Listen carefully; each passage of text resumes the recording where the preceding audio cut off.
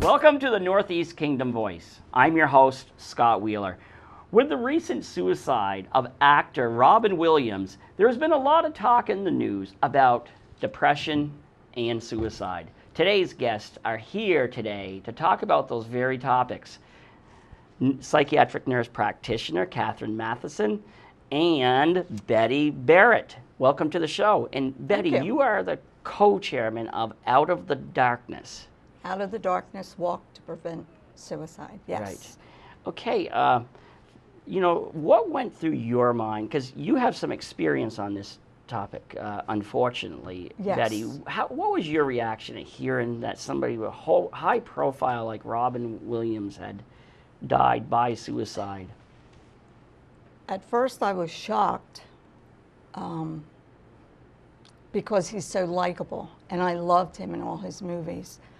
But because he was a comedian, it doesn't mean anything when it comes to suicide, because it doesn't matter whether you're black, white, red, yellow, rich, poor, comedian, movie star, it doesn't matter. Suicide can hit anybody. Yeah, because I was stunned too. Yeah. Not only Yes. by Robin Williams, but then the very likable, very knowledgeable law professor Cheryl Hanna, just a week or two earlier. Yes. She was a very outgoing acting woman. She had all the answers, but she was able to melt that lawyer talk down into normal talk. She was so respected, and it's like, really, both of these people on the outside had everything going for them. I really think that a lot of people do. Now, my son that I lost, it will be 10 years, September 30th this year. He self-medicated with smoking marijuana and drinking beer, but he had a great personality. He would do anything for anybody. He was kind. He was gentle. I myself, I'm a survivor of a suicide attempt, 2 attempts actually. I functioned. I went to work every day. I would work a 40-hour work week and work a part-time job. I would basically have a life. People thought that I had a life. But deep down inside, I was depressed, very, very depressed. So on the outside, I looked like I was great. But on the inside, I wasn't. I was falling apart. And I can see with Robin Williams and other people who do die by suicide. I know. I was reading something. I guess it isn't rare for people for comedians and people, just really funny people, to be actually depressed. Now, what are you, Catherine? You're as I said, a psychiatric nurse practitioner. Do you think that's true, that some people mask it that way by humor? Oh, definitely. Yeah. And a lot of creative people, whether it's an actor, a comedian, a writer, a painter, I mean, a lot of those people take their lives. They seem so successful on the outside, but like you said, they're just covering something up. Creative people have a lot of energy. Look at Robin Williams. Yeah. I mean, he's amazing. But they're dealing with 2 sides. They're dealing with those inner demons. And I was watching a show about Robin Williams, and he was very upfront about his struggles. I was devastated when I heard about his death, but I wasn't that surprised. Yeah. Because he had gone public with his battles with depression and self-medication. Yes. Which is a big part, I think. Wouldn't that be part of it seems to me like that might be part of the battle, though, is coming to terms like he did, or acknowledging it. Like you're sitting here on, TV, acknowledging your past. Is that part of your healing process as well? It is part of my healing. My first suicide attempt was in Pennsylvania, and when we moved up here, I didn't talk about it at all because of the stigma. Mm-hmm. And because I didn't want people thinking that I was a loony bird. Mm. And when I got involved with Out of the Darkness walks in 2012, I decided to come out and talk about my suicide attempt and my struggle with depression. After I lost my son, this time I had planned it. I was going to kill myself. And and this time was so different than the first time because I was very angry, very, very angry. But I really think that it was my son's spirit who stopped me from doing it the second time. And I was put on medication and I had counseling. But nobody knows what it's like unless you go through it. Now, I hear one thing that they were saying what not to say to depressed people is suck it up. Come on, just be happy. Is, you know, what, when you hear that, if you're in one of the, what Cheryl Hannah's husband said that she would go in the last few months, she'd go into these dark places that nobody can understand. If you were in that dark place and somebody said, suck it up, what are you hearing? Or what are you thinking? To me, I felt that they had no clue. They didn't know empathy. They didn't know how to show compassion. You know, they just didn't get it. They didn't understand. I'm a person that I show a lot of empathy. And they just didn't get it because they didn't understand it. But I have a very long history of a lot of events that led up to my suicide attempt. And some of them are horrible. And I managed only to survive the way that I did, I think, because my coping was working. Oh, I'll just work, and that's what I did. I worked, and that's how I coped with it. You know, I wanted people to think that I was a reliable employee, that I was good at my job, because my ex-husband always told me that I was nothing, and I was trying to prove to other people, not so much to myself, but other people, that I was worth something. So, Catherine, what is depression? Well, depression, the symptoms of depression can be, you know, feeling hopeless, being fatigued, being tired, sleep patterns can get disrupted, either sleeping too much, not sleeping at all. People's appetites can change, people gain weight or lose weight.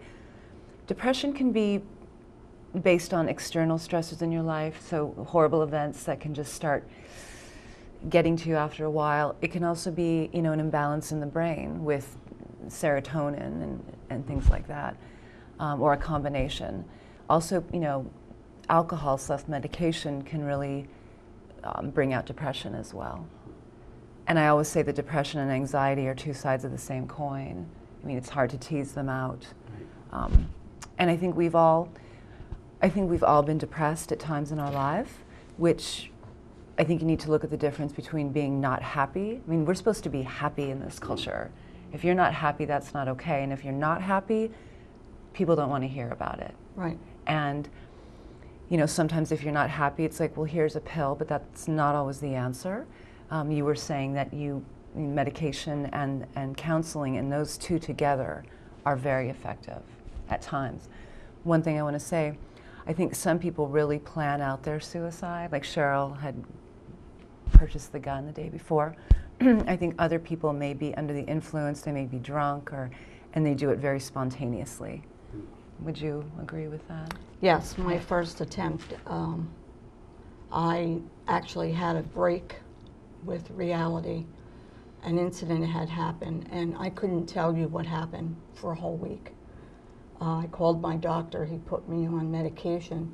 Unfortunately, the medication stayed in your system, and I kept taking more of it because the pain was getting worse and worse and worse, and it wasn't taking it away. And then I took the rest of the pills that were in the bottle. But I couldn't tell you what I did that week. I went to work, I drove my car, but I don't remember a thing, not a thing.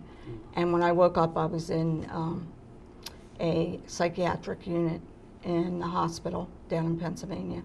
I was there for 2 weeks, and before I left, I was hooked up with my counselor, who I saw for 2 years, and I was diagnosed with PTSD.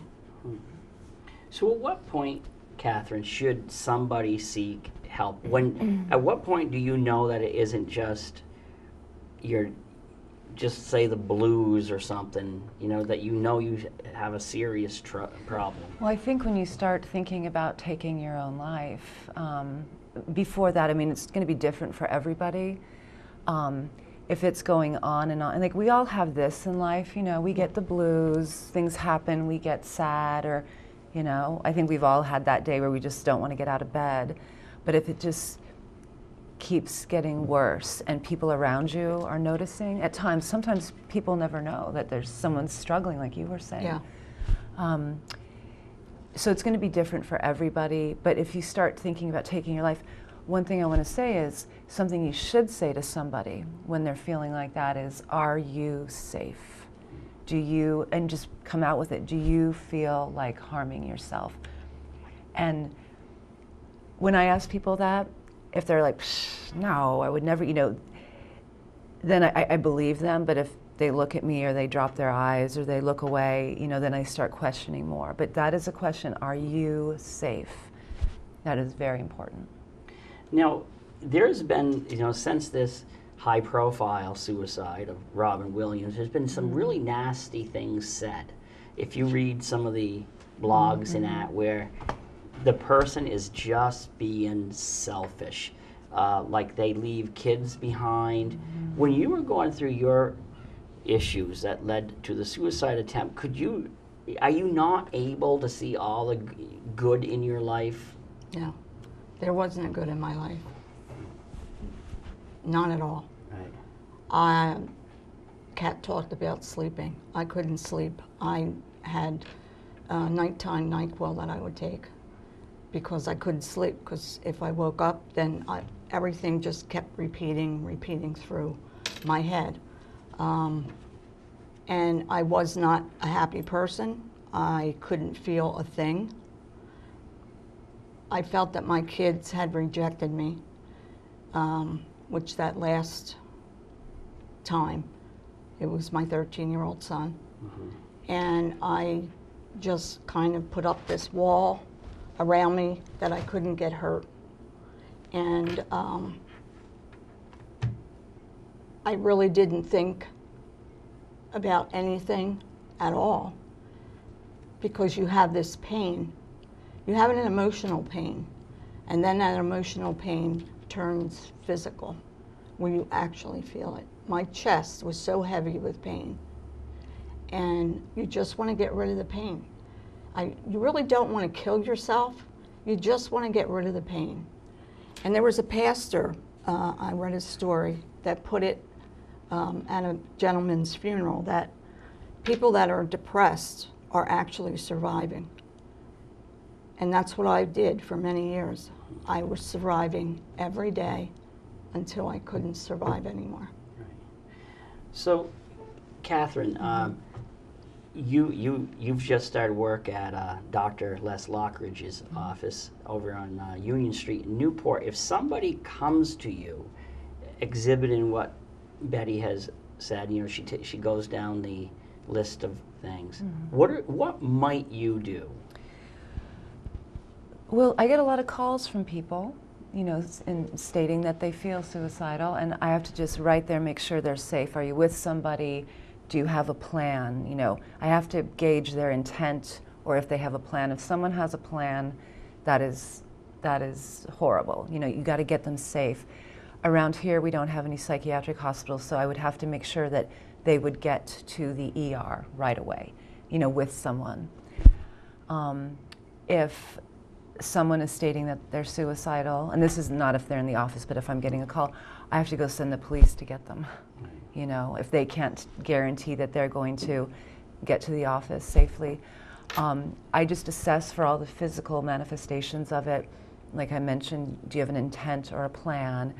How long have you been feeling this way? And I try to get them in with a counselor right away, and then we talk about medication. But sometimes medication makes people more suicidal. Things like Prozac, we've heard these stories. And so it's a very, very tricky balance.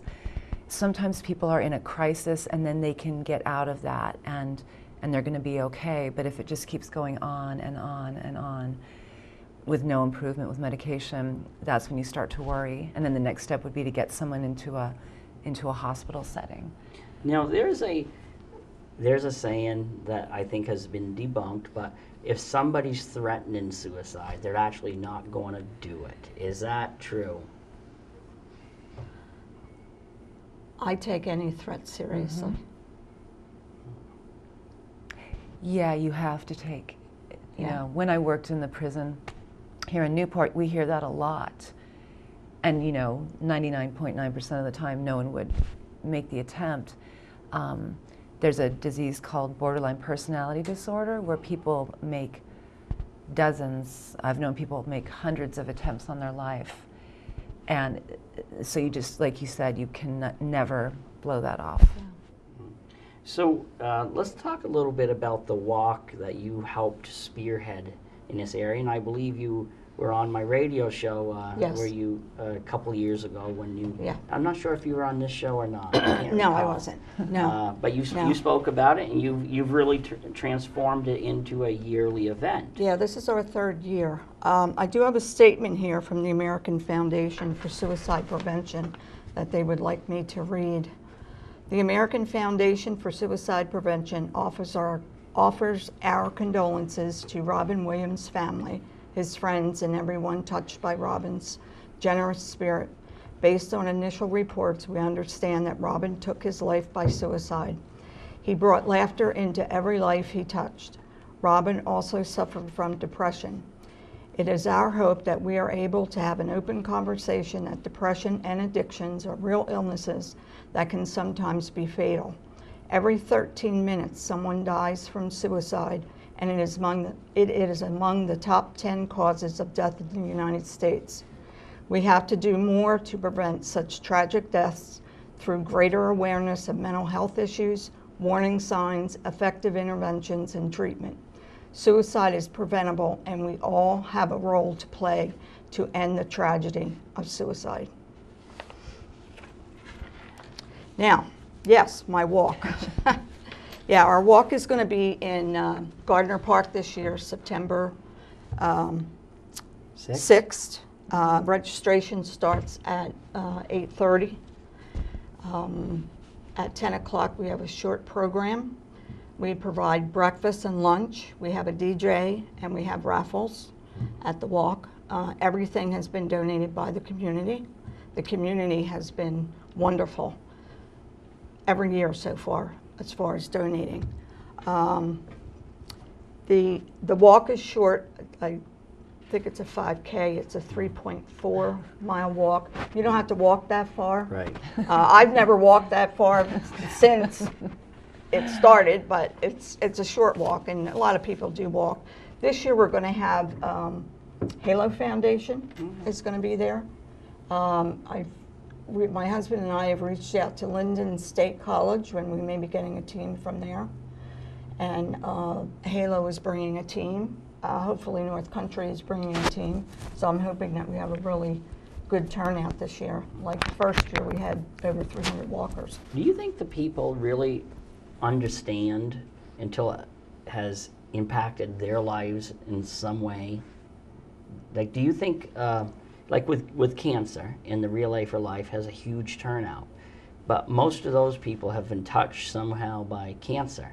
Do you think most of the people who turn out at your event or this event have been somehow touched by suicide? A lot of them have, but we've met a lot of people that can show empathy, Right. that understand. And we've come across some people that are from the old school. Right. Yeah. And, but not too many. But all in all, I mean, I had people come up to me and they're just so happy that we're here, and they're just happy that we want to get it out, that if you have a mental illness, it's okay to talk about. You know, it doesn't make you a bad person. You're struggling, and you need the support of your family. If you can't get it with your family, you have to get it with somebody. And also Friday night, September 5th, we're having a benefit dinner at the Newport Country Club. Okay. the club restaurant and pub. The tickets are $25 a person, and we also will have a speaker, and we have an auction and a raffle going off. I am going to be speaking about Adrian Yellow Patnode. Right. He generously for 2 years donated one of his paintings, and he became a good friend of mine, me and my husband, so I'm going to speak about him. And the dinner is good. We have a DJ, so you can stay and you can dance. And we also have a support group, which meets every third Thursday at Faith Lighthouse Church. And that starts at 7 o'clock to 9. Right. And so if anybody is struggling, they can come to the support Now, group. do you have a number that you'd like to share? Just if somebody wants to contact you, or I think what I will do, unfortunately, me and Mary Butler, who are the co-chairs, we are going to be stepping down right after the walk, Okay. Due to medical reasons. So I will give you Amanda Chappett's number, and that's 673-6611, and Lillian Bathlon's, which is 744-2493. But between now and the walk, they can call me at 334-5940. right. I'm still going to have my hand in it, but not as much. Will this survive? Will this walk annual event survive without you? I really hope so. So you're looking for somebody to We're come looking, forward. yeah, we're looking for somebody to come forward, hopefully that has a little bit of experience at fundraising and how to put an event together, because it's a lot of work, and the community needs this. This needs to stay here. And what my goal was for this was to go across the whole Northeast Kingdom. But you need volunteers to get out there and do that, because I wanted St. J to have their own walk, which somebody's supposed to be trying to get that together, and then even in St. Albans. So that way, at least we have 3 different places up here. But it takes a lot of people to do that. You have to get out there. It must, in a weird way, it must seem really good to get for you, who lost a son by suicide, to be able to get together too with people who really, like, I can sit here, I can understand on one level, but I haven't walked in your shoes. But it must seem nice to be able to be around people who truly understand. Yes, it is. Because when Michael died, I went to Compassionate Friends, Right. and that's the group that if you lost a child. And when I said that he died by suicide, it's kind of like this, because people don't know what to say to you. Right.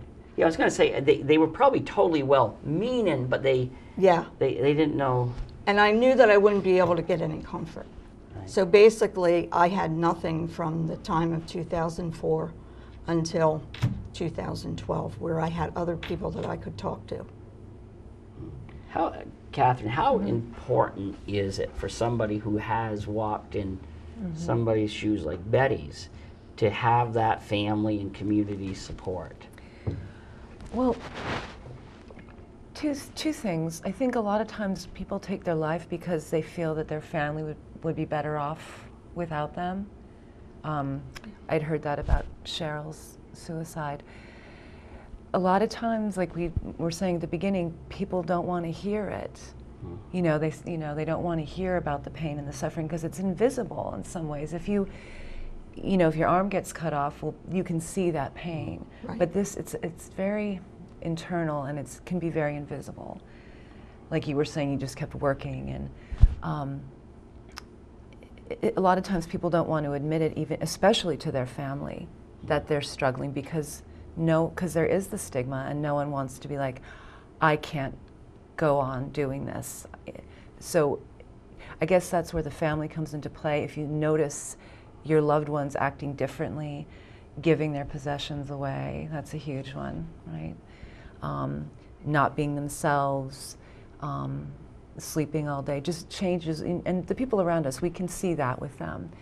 that's when you have to just start that conversation with them. But then also though, when you lose, when you have, say, a friend or a family member who loses somebody to suicide, what would you say to what should you say to the survivor? Maybe this is a question for both of you. I would listen. I listen. I don't think there's anything you can say to make that hurt and that pain go away. And so I listen. I shut up. I sit back, and I let that survivor speak about the loved one that they lost, because that can be very healing. Because, like you said, people they don't want to hear that, you know. And so I just listen to people as they work through their own grief, because eventually the person has to come to terms, if ever, with that in their own way. Do you agree, Betty? Yeah. Yeah, it took me a long time, but when I start talking about Michael, and if I go back to that day, it really upsets me to go back to that day. Because Michael had just got a new job. He bought new clothes, new tools. I was in Pennsylvania. He was going to spend the weekend with me. And once again, my mind was for that week. I mean, I did what I had to do. And it shocked the whole community up there, because my son had almost 250 people come to his funeral. And they were from the Poconos, and they came down to right outside Philadelphia. And he didn't think he was loved, but he was.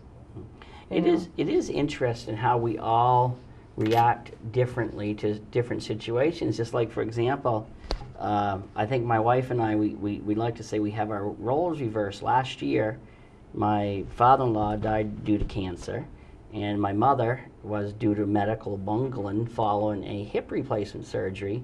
And every once in a while I'll say to her, how come you don't ever mention your friend? Well, that's the way I do it. You know, I'm the one who always talks about my mother. And we kind of do things kind of different, but I think we're both healthy. Yeah. But still, though, that's the way it was supposed to happen. Well, no, not my mother's, but with you, don't you find that people do handle a suicide differently? Yes. Yes. Yeah.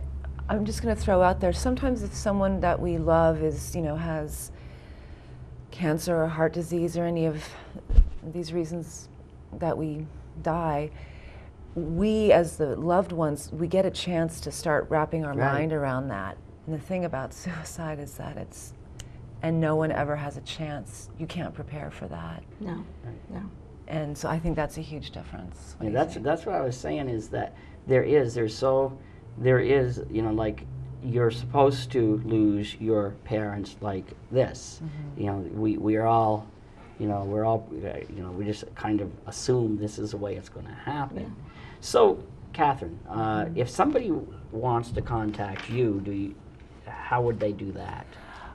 They could call Dr. Lockridge's office. And his number is? I think it's 334-7177.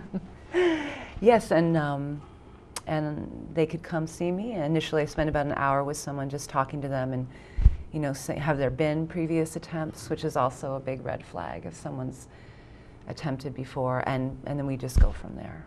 Right. Yep. And has business been, well, I don't know if the word is good, but has it been brisk since you joined? Yeah, very, because there's not a lot of providers up here, so. So we only have about a minute left, but do the two of you think these two recent high-profile suicides, there might be some positive that can come out of it? Because I've seen conversations now, people coming out of the woodworks, talking about the struggles they've been through. Do you think that's a positive? I'm hoping that it does, because it has to come out of the closet. People have to start talking about it, or suicide is just going to continue every 13 minutes. Think about that. Every 13 minutes. That's a lot. And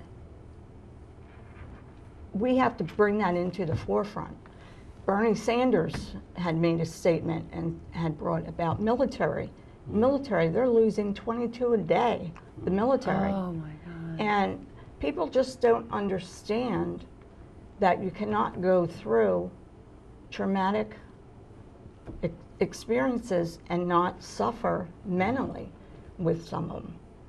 And matter of fact, I invited him to the walk. When I saw that, I invited him to the walk, so I'm hoping that he does. He'll probably send at least a staffer. Yeah, I hope so, you know, and I know Vicki Strong will be at the dinner, and because her and I are, we got to be pretty close friends, because I admired her when she lost her son and how she handled it so well. Yeah, because he may not. Yeah, he may not have died by suicide, but you know she went through an experience losing her son in war. Yes. No. That most people will never experience either. Right. Well, when I'd seen her now, I just had a diagnosis of breast cancer. This breast cancer means nothing to me. Losing my child was the worst thing. Ooh, I can't thank you enough for coming on, because I think, you know what, you've lost your son, but I think you've probably saved a lot of children for their parents. And I know that might not help you, but I think you've saved a lot of people in doing what you're doing. Thanks. I hope so. I really do. That's why we're doing this. And I can't wait to get back to it again, but I have to think about my health right now. Okay, Catherine, any final words? I will see you there, and Dr. Lockridge is coming as well to the walk. I'm bringing my whole family, bunch of kids and teenagers, so we'll be there. Well, I would go, but as you know, this show was almost canceled. But my firstborn grandchild has been she's been changing my plans. She as we record right now, she's a day late. No. So I'm not sure if I'll be in town, but I will be there in spirit.